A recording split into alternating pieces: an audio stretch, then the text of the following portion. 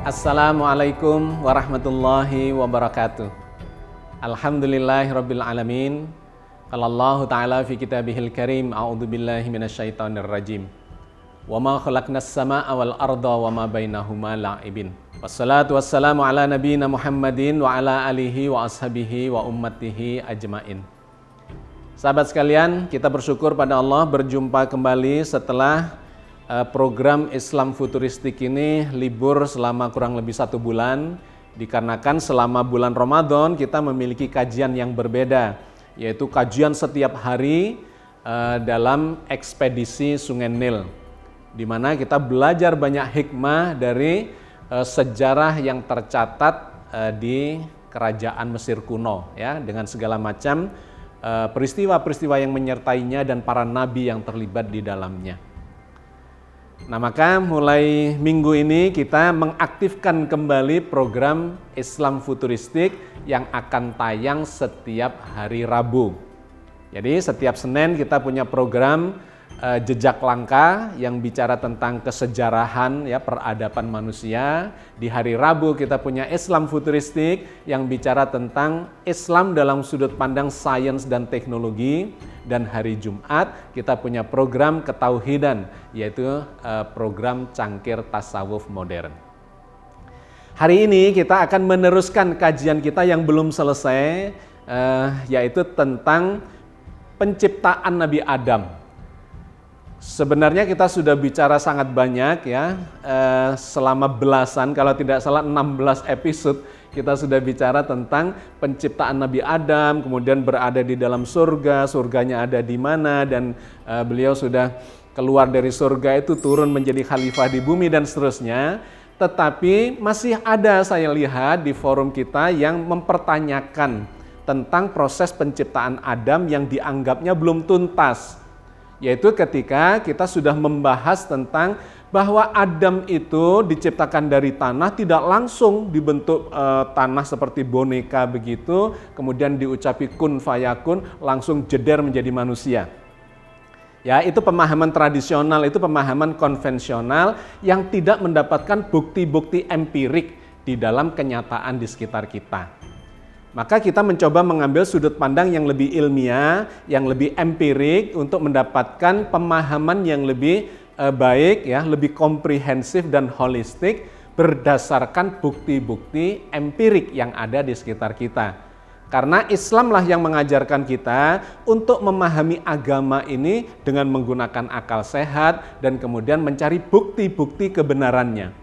Dalam banyak ayat Allah bercerita tentang itu, dan kita juga sudah membahas banyak episode yang terkait dengan gunakanlah akal untuk memahami agama ini, satu. Dan yang kedua, Al-Quran mengajarkan kepada kita supaya kita mencari bukti-bukti kebenaran yang dikabarkan oleh Al-Quran.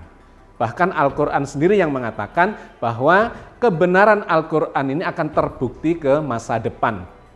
Sedangkan Nabi Ibrahim sebagai nabi yang mendirikan, ya, the founding father of Islam, karena sejak zaman Nabi Ibrahim itulah agama ini disebut sebagai agama Islam, itu juga mengajarkan kepada kita bahwa beragama itu harus melalui pembuktian. Di antaranya Allah menginformasikan tentang hal itu di dalam surat Al-Anbiya ayat 56. Qala barrabbukum rabbus samawati wal ardi alladzi fatarahunna wa ana ala dzalikum minasyahidin.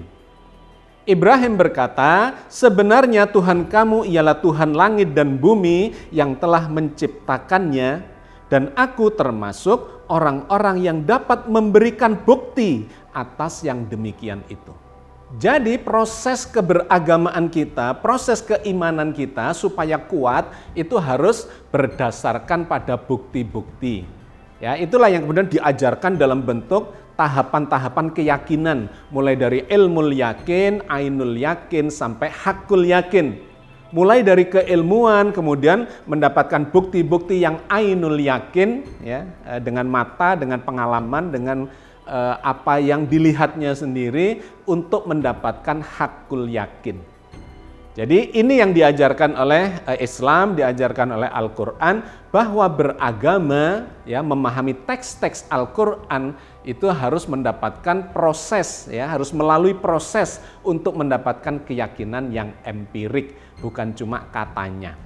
Oke, sahabat sekalian, maka termasuk di dalam memahami proses penciptaan Nabi Adam ini, kita pun menggali berdasarkan bukti-bukti empirik. Ya, setidak-tidaknya melakukan hipotesa-hipotesa yang diakui, ya, mengikuti tata cara ilmiah, bukan cuma sekedar satu dugaan atau kemudian pendapat yang tidak ada dasar secara ilmiahnya.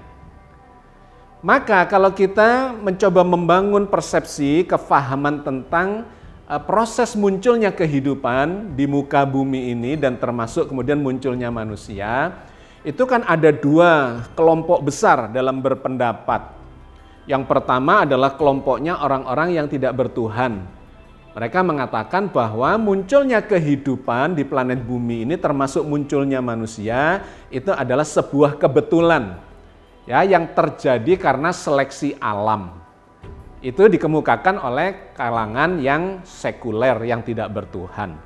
Nah, kita sebagai umat Islam pasti tidak mengambil itu, ya. Kita tidak sepakat dengan itu karena tidak ada secara ilmiah pun sesuatu yang kebetulan itu nggak ada.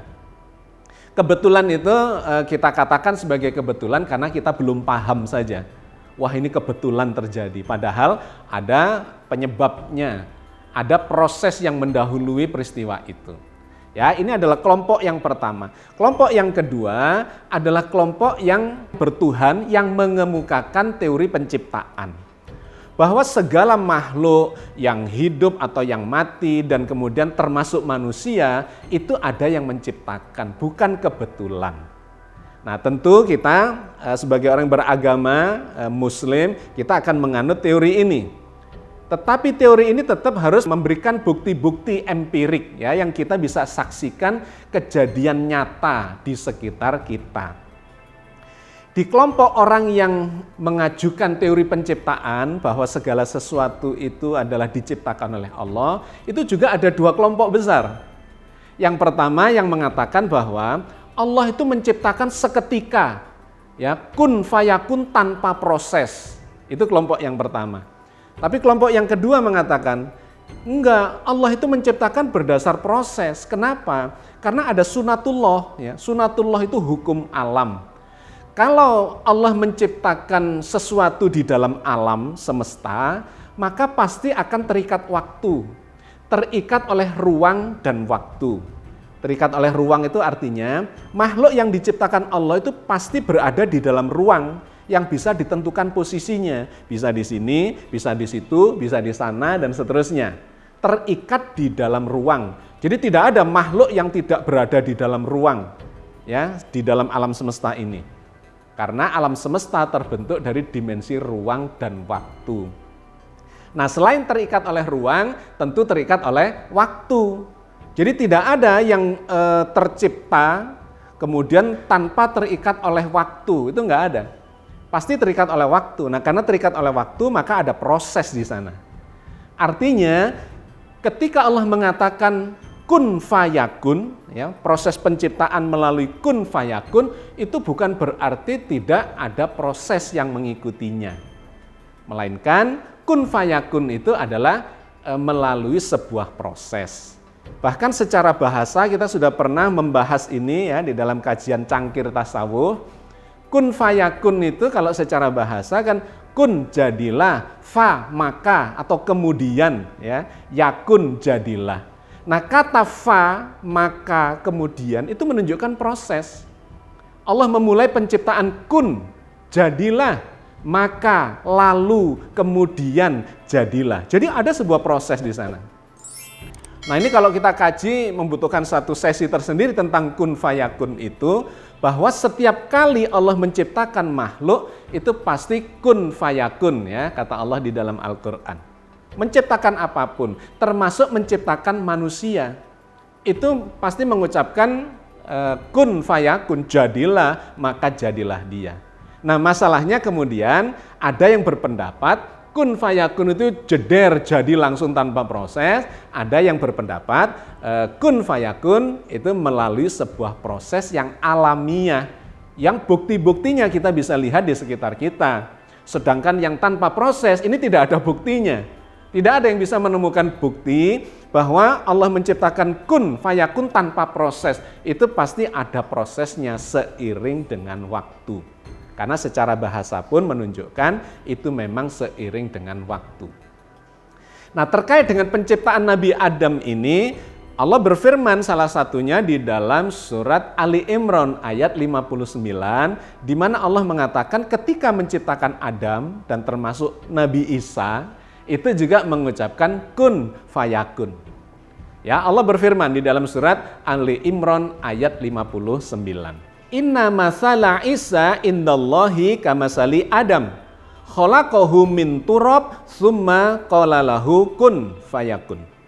Sesungguhnya misal penciptaan Isa di sisi Allah adalah seperti penciptaan Adam. Allah menciptakan Adam dari tanah, kemudian Allah berfirman kepadanya, jadilah, maka jadilah dia.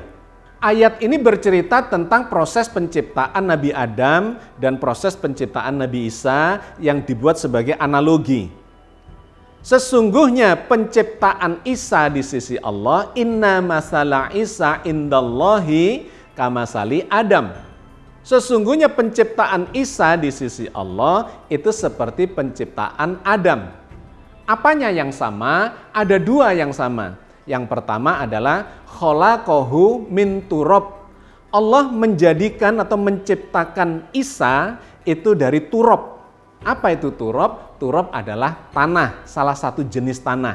Kita sudah pernah membahas ini di episode-episode yang lalu tentang penciptaan manusia dari tanah. Nah, Nabi Isa itu juga diciptakan dari tanah. Khalaqahu min turab. Allah menciptakannya dari tanah. Itu poin yang satu, kesamaan antara Isa dengan Adam. Yang kedua, summa qala lahu kun fayakun. Kemudian diucapkan kepadanya kun fayakun. Jadilah, maka jadilah dia. Jadi ayat ini menarik sebagai sebuah pembelajaran ya, kasus case study buat kita semua, bahwa Isa maupun Adam itu digambarkan oleh Al-Quran diciptakan dari tanah. Tetapi Anda tidak akan menemukan pada Nabi Isa itu diciptakan dari tanah, itu dibentuk ya, tanahnya menjadi seperti boneka, bonekanya Isa yang belum hidup, kemudian diucapi kun fayakun, jadilah Isa yang hidup. Kan tidak begitu. Yang terjadi adalah Nabi Isa dikandung oleh ibunya, yaitu Siti Maryam. Nah, demikian juga Adam diciptakan dari turab, itu jangan dipahami kemudian tanah dibentuk menjadi patungnya Adam, diucapi kun fayakun menjadi Adam yang hidup. Bukan begitu pemahamannya ya, kita sudah panjang lebar membahas tentang itu. Nah, yang kedua, selain analoginya adalah dibuat dari tanah ya, antara Isa dan Adam sama-sama dibuat dari tanah. Yang kedua diucapi kun fayakun, jadilah, maka jadilah dia, itu membutuhkan proses. Kalau Nabi Isa, maka dia membutuhkan proses kurang lebih 9 bulan di dalam rahim ibunya. Ya, jadi ini menjadi salah satu ayat yang sudah kita kaji, tetapi ini saya sampaikan untuk menyambungkan pembicaraan kita terhadap tema hari ini. Sebetulnya kalau didalami banyak sekali ayat-ayat yang terkait dengan itu yang memberikan penjelasan-penjelasan semakin gamblang ya. Silahkan dilihat di episode-episode yang lalu. Tetapi dalam kesempatan ini terkait dengan pertanyaan siapa ibunya Adam. Nah, itu ya. Maka kita memulai dari sini. Bahwa meskipun disebutkan, diceritakan, diinformasikan oleh Allah, Adam itu terbuat dari tanah, jangan dipahami kemudian dibentuk dari tanah ya bonekanya, kemudian diucapi kun fayakun, jeder langsung jadi manusia tanpa proses. Semua itu mengikuti proses yang alamiah seperti yang kita lihat di sekitar kita. Nah, bagaimana proses dari turab menjadi bayi itu diceritakan oleh Al-Quran di dalam surat Mu'min ayat 67. Huwallazi khalaqakum min turabin, summa min nutfatin, summa min alaqatin, summa yukhrijukum tifla. Dialah yang menciptakan kamu sekalian dari tanah, yaitu turab. Kemudian dari setetes air mani. Sesudah itu dari gumpalan seperti darah atau alaqah. Kemudian kamu sekalian dilahirkan sebagai seorang anak. Jadi sangat gamblang Al-Quran menceritakan bahwa turab itu tidak langsung dibentuk menjadi seorang manusia, melainkan diproses dari turab, ya, kemudian menjadi nutfah, dari nutfah menjadi alaqah, dari alaqah menjadi mudghah, dan seterusnya. Itu dalam banyak ayat diceritakan oleh Al-Quran sampai kemudian dilahirkan sebagai seorang manusia. Di mana proses itu terjadi? Tentu saja di dalam rahim. Jadi tanah itu ya disaripatikan, itu ada di ayat yang lain lagi. Walaqad khalaqnal insana min sulalatin min tin. Gitu ya. Allah menciptakan al-insan, manusia, min sulalatin min tin, dari saripati yang berasal dari tanah. Jadi ada proses-proses yang harus difahami secara ilmiah, jangan kemudian difahami secara sangat sederhana, ya, konvensional, tradisional, dengan tanah dibentuk jadi patung, diucapi kun fayakun, jadilah manusia. Bukan begitu, meskipun Allah bisa melakukan itu sangat mudah, tetapi yang diceritakan Al-Quran bukan itu. Yang diceritakan Al-Quran itu, tanah itu diproses menjadi saripati. Saripatinya menjadi turab, ya. Turab itu diproses lagi di dalam rahim menjadi sel mani atau air mani, menjadi gumpalan seperti darah, kemudian terus daging, ada tulangnya dan seterusnya, dibentuk di dalam rahim sampai kemudian terlahir menjadi seorang manusia. Pembentukan manusia di dalam rahim itu kemudian diceritakan lagi di ayat yang berbeda. Misalnya di dalam surat Ali Imran ayat 6. Huwallazi yusawwirukum fil arhami kaifa yasha, la ilaha illa huwal azizul hakim. Dialah yang membentuk kamu di dalam rahim sebagaimana dikehendakinya. Tidak ada Tuhan melainkan Dia yang maha perkasa lagi maha bijaksana. Jadi gamblang sekali Allah menceritakan di dalam Al-Quran proses penciptaan manusia itu pada umumnya semuanya, termasuk Nabi Adam yang katanya dari tanah, kita juga dari tanah, Nabi Isa juga dari tanah, semua itu diproses di dalam rahim. Huwallazi yusawwirukum fil arhami kaifa yasha. Dialah Allah yang menciptakan, ya, yang yusawwirukum, membentuk tubuh kita, ya, fil arham, di dalam rahim, kaifa yasha, sebagaimana Dia kehendaki. Jadi prosesnya sangat jelas di dalam rahim. Itu yang diceritakan oleh Al-Quran. Meskipun Allah bisa saja melakukan apapun gitu ya. Tapi seringkali ini cuma dijadikan sebagai argumentasi yang tidak ilmiah sesungguhnya, dengan mengatakan kalau Allah menghendaki kan apa saja bisa terjadi. Ya iya, tetapi kan Allah tidak menceritakan itu di dalam Al-Quran dan tidak ada bukti-bukti ilmiahnya di sekitar kita. Jadi Allah bisa melakukan apa saja, tetapi yang kita ikuti pemahamannya adalah apa yang diceritakan oleh Al-Quran, yang diceritakan Allah di dalam Al-Quran. Allah membentuk manusia dari tanah, dibentuk di dalam rahim sampai lahir menjadi seorang manusia, termasuk Nabi Adam. Ya, ini kemudian diceritakan di ayat yang berbeda lagi bahwa Allah menciptakan manusia itu di dalam rahim, dan kemudian pada saat itu para malaikat diminta untuk bersujud kepada Adam ketika sedang berproses diciptakan di dalam rahim itu. Di dalam surat Al-A'raf ayat 11 Allah berfirman, "Walaqad khalaqnakum tsumma sawwarnakum tsumma qulna lil malaikati isjudu li Adam fasajadu illa iblis lam yakum minas sajidin." Sesungguhnya kami telah menciptakan kalian, manusia semuanya, lalu kami bentuk tubuh kalian di dalam rahim. Kemudian kami katakan kepada para malaikat, bersujudlah kamu kepada Adam. maka mereka pun bersujud kecuali iblis. Dia tidak termasuk mereka yang bersujud. Jadi ayat ini pun dengan sangat jelas dan gamblang menceritakan proses penciptaan di dalam rahim bagi seluruh manusia. Ya, kalian sedang diciptakan di dalam rahim, dan menariknya di ayat itu kemudian digambarkan perintah kepada malaikat untuk bersujud kepada Adam. Tsumma qulna lil malaikati isjudu li Adam. Ini kan menarik sekali ayat ini. Kenapa? Karena awalnya bicara tentang penciptaan manusia secara keseluruhan, semua itu terjadi di dalam rahim. Nah, pada saat itu kemudian muncul kalimat di dalam ayat ini, ayat yang sama, ya, bukan ayat yang berbeda, ayat yang sama, perintah kepada para malaikat untuk bersujud kepada Adam. Artinya saat itu sesungguhnya Adam sedang diciptakan di dalam rahim sebagaimana manusia-manusia yang lainnya. Ya, jadi sangat gamblang. Nah, sekarang kemudian pertanyaan terakhirnya adalah, lantas siapa itu wanita ya yang mengandung Nabi Adam itu? Siapa ibunya? Nah, maka kita bisa merunut dari segi sejarah dan kemudian memberikan solusi dalam sudut pandang yang saintifik. Bahwa dalam sejarah itu tercatat fosil-fosil manusia, ya, Homo sapiens itu kan sebelumnya didahului oleh Homo erectus. Sama-sama homonya, homo itu artinya manusia. Homo erectus adalah sebentuk manusia yang sudah berdiri. Sudah berdiri, bisa disebut sebagai manusia. Tetapi belum sempurna peradabannya, kecerdasannya, kemampuan intelektualitasnya, bahkan kemampuan spiritualitasnya itu belum sempurna. Itu masih dalam kategori Homo erectus.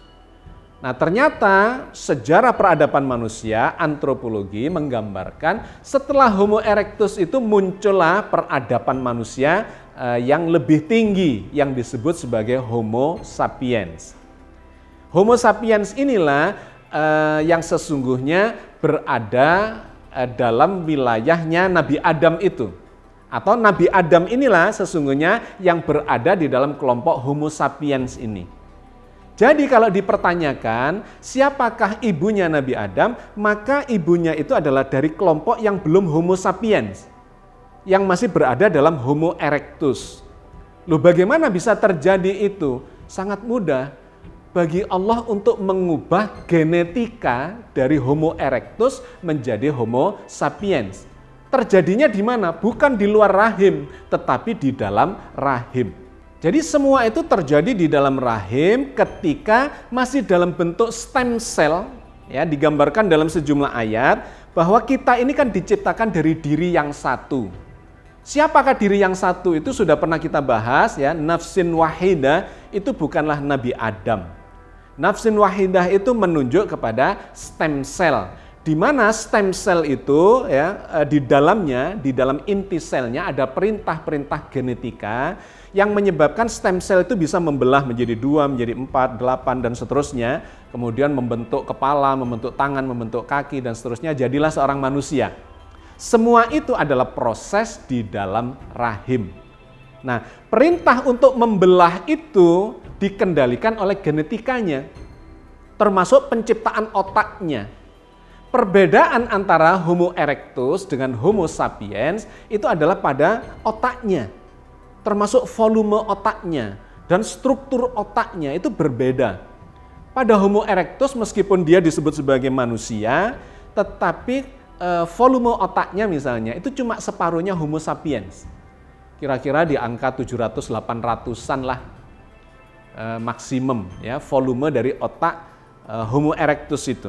Tetapi Homo sapiens di zamannya Nabi Adam yang kemudian menurunkan kita semua, sehingga kita ini disebut sebagai Bani Adam, keturunan Nabi Adam, itu otaknya sudah di atas 1200 sampai 1400. Ya, volume otaknya berbeda jauh. Kenapa? Karena strukturnya juga berbeda. Nah, itu yang digambarkan oleh Al-Quran bahwa Nabi Adam itu memiliki tingkat intelektualitas yang jauh lebih tinggi dibandingkan makhluk yang sebelumnya. Sehingga ketika dites, ya, dengan ilmu pengetahuan wa 'allama Adamal asma'a kullaha gitu ya. Summa aradahum 'alal malaikah dan seterusnya. Allah mengajarkan kepada Nabi Adam itu nama-nama atau ilmu pengetahuan yang itu ternyata di luar dugaan dari para malaikat. Malaikat mengira dia tidak mungkin bisa itu karena peradabannya masih ya kuno, masih ketinggalan ya, masih primitif. Ternyata tidak gitu ya. Ini juga sudah kita bahas, saya cuma ingin menyambungkan bahwa Nabi Adam memiliki tingkat intelektualitas yang jauh lebih tinggi, emosionalnya juga jauh lebih baik. Kemudian secara spiritualitas dia kategori orang yang bertakwa dan seterusnya, sehingga dia ini masuk dalam kelompok Homo sapiens, manusia yang modern. Lahir dari siapa? Dari manusia yang belum modern, yang peradabannya masih jauh di belakang. Bagaimana prosesnya? Di dalam rahimnya itulah Allah memberikan proses mutasi genetika sehingga gen-gennya, DNA-nya itu memerintahkan untai genetikanya untuk membentuk manusia yang berbeda dibandingkan dengan ibunya. Jadi sahabat sekalian, inilah saya kira yang ingin saya sampaikan kepada kita semua. Sudut pandang saintifik ya, sudut pandang ilmiah, empirik terhadap teks-teks Al-Quran, khususnya dalam hal ini adalah proses penciptaan Nabi Adam. Yang sesungguhnya ketika kita mengkaji secara komprehensif dan holistik, kita mendapat kepahaman bahwa prosesnya itu alamiah. Tetapi itu adalah proses penciptaan di dalam rahim secara mutasi genetika. Nah, kenapa nama ibunya tidak disebut? Ya itu hal biasa di dalam Al-Quran, bukan hanya Nabi Adam, yang lain pun nabi-nabi tidak disebutkan nama ibunya atau nama bapaknya tidak disebutkan. Nabi Nuh, Nabi Sis, ya, Nabi Musa, dan nabi-nabi yang lain sampai Nabi Muhammad pun juga tidak disebutkan, tapi bukan berarti lantas tidak punya bapak, tidak punya ibu. Nah, lantas ada yang bertanya, lah tapi kan Nabi Isa disebutkan, ya Isa ibnu Maryam, yaitu justru yang kasus khusus. Kenapa? Karena beliau itu lahir tanpa bapak, sehingga dinisbatkan kepada ibunya, maka diberi perlakuan khusus dalam penamaannya Isa ibnu Maryam, bahwa Isa itu adalah anaknya Maryam, bukan anaknya Tuhan, bukan anaknya siapa-siapa, tetapi anaknya Siti Maryam. Yang ini kita juga sudah pernah membahas tentang bagaimana proses kelahirannya atau terciptanya Nabi Isa itu. Sedangkan Nabi Adam itu bukan tidak spesial, tidak khusus. Karena itu sama dengan nabi-nabi yang lain juga tidak disebutkan orang tuanya. Tidak ada Adam ibnu siapa, nggak perlu. Karena memang terlahir secara seperti manusia pada umumnya. Dari tanah, disaripatikan, diproses di dalam rahim, lahirlah sebagai manusia. Oke, sahabat sekalian, saya kira saya cukupkan sampai di sini. Mudah-mudahan ini mengklarifikasi ya sejumlah pertanyaan yang ada di forum kita yang terus mempertanyakan karena rupanya belum mendapatkan kesimpulan secara gamblang atau lugas.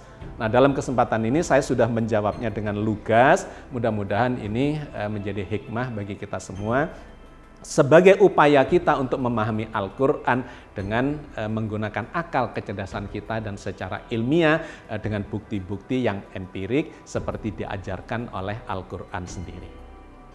Billahi taufiq wal hidayah. Wassalamualaikum warahmatullahi wabarakatuh.